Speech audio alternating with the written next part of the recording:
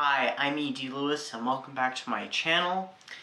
And today we have another tag video. This is the tag video that was kind of delayed, but it's finally here. And this is the Choose Wisely book tag, and it was created by Reading This Life. And I was tagged by Bad as Rad 2. And so it's a relatively simple tag. There's exactly 2 prompts.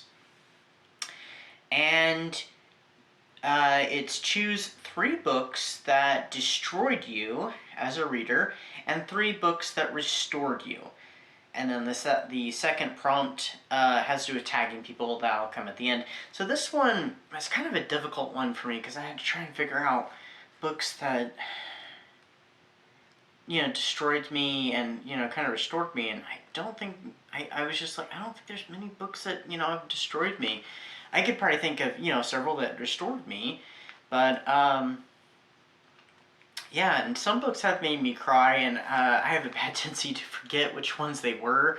I say at the time when I review them, but I do remember a few. But anyway, so I did manage to come up with some. Now, I did end up cheating a little bit because one book is on both lists, so I only actually have 5 books. So here is the first one that destroyed me on the list is The Midnight Club by Christopher Pike. So this one, of course, is about a hospice and a group of teenagers who are dying of various diseases, and they come together and they tell stories, to, kind of create fellowship and also pass the time and, kind of help each other along until the end comes. This one, definitely destroyed me. It's a book I don't think I will ever read in its entirety ever again. It was a 5-star read, but it was just a really tough book to get through. I don't remember if it made me cry or not, but it did definitely destroy me. Yeah, I may read some of the stories that are in it, that the characters tell, but I don't think I could read it in its entirety ever again. Now, for a book that restored me, it's also The Midnight Club by Christopher Pike. Now, the reason why this restored me was, well, the main reason was I was kind of going through, I was kind of heading into a reading slump at the time that I got ready to read this, and I buddy read this with somebody, and it pulled me out of that slump, actually. So, I mean, it did restore me in that way, and also how a couple of the characters, well, more than maybe a couple of the characters, come to an understanding of each other, and it kind of strengthened them, and I guess in a way their strength kind of gave me some strength too. Can't really tell you much about it unless you read it, so I don't want to spoil the book for you. But. So that is the first one in each list. Then I also have the next one I have listed here is The Black Cat. Now I know this is a short story by Edgar Allan Poe, and I recently reread this one, but I figured it would count, and it did destroy me, at least during the reread. I really don't remember much of an impression from when I read it years ago for the first time, but the animal abuse in it was just absolutely horrible.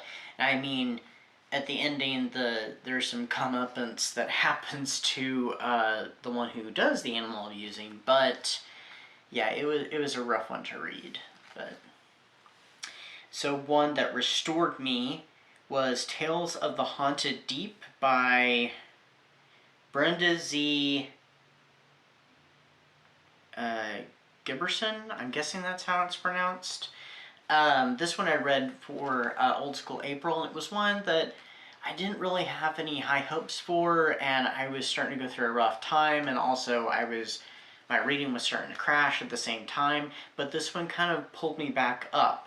I stopped reading one book that I was reading at the time that was kind of bringing me down, and it was just, I don't even know, it wasn't the book, it was me. I was just not jiving with that book, and this one brought me back up, and it probably even helped me to finish the other book, because I just stopped, paused on that, jumped to this one. This was a non-fiction book, and it talked about sea monsters and the discoveries of, oh, these sea monsters, what were believed to be sea monsters, they were this, or some, you know, unsolved mysteries, because there's even a part in this book that literally sounded like the intro to an unsolved mystery. I swear I could hear Robert Stack's voice narrating that paragraph or two. Maybe it was a whole page, I can't remember, but anyway. And it even talks about Blackbeard and his ghost and his skull that's coated in silver, and talk about haunted locations. It was an interesting children's book. So it definitely, I was really surprised, and it definitely restored me. Then my third one for Destroy was Let the Right One In by John, is it Lindqvist? I'm not sure. I'm terrible at pronouncing Swedish names. This one definitely destroyed me because the main character, Ellie, one of the main characters, Ellie, what she had to go through, well, even Oscar, what he had to go through with the bullying and stuff, and kind of his descent into, his dark descent, and what Ellie had to go through, especially in her past, and her kind of origin was, yeah, and then later what happens to her when she's kind of on her own, and without spoiling, I'm trying to figure out how to say this without spoiling it. And something tragic happens to this character later on when she's on her own and kind of has to fend for herself. And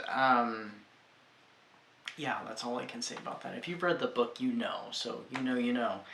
And then the last one, The Restore, is My Best Friend's Exorcism by Grady Hendrix. That one was kind of an emotional read, especially for the end. I think I even shed a tear at that one. But the friendship that these two girls go through is just absolutely amazing. I mean, the book starts out, it builds their relationship and all these experiences they went through together, the great times, until, you know, the dark times come when Gretchen starts acting different, not acting herself. She starts going through these changes and stuff, which, you know, leads into, you know, eventually the exorcism and all the horrible things that she does, and then how their friendship goes from there and into their later lives. So, but those were my books for the what destroyed me and what restored me. Now for the second prompt is tag some people and be sure to use the hashtag #ChooseWiselyTag. So, who am I going to tag? I'm not really sure who has done this and who hasn't. So I'm just going to tag 3 people. M at Dark Violet Dreams, because I don't think she's done this one, at least at the time I'm filming this.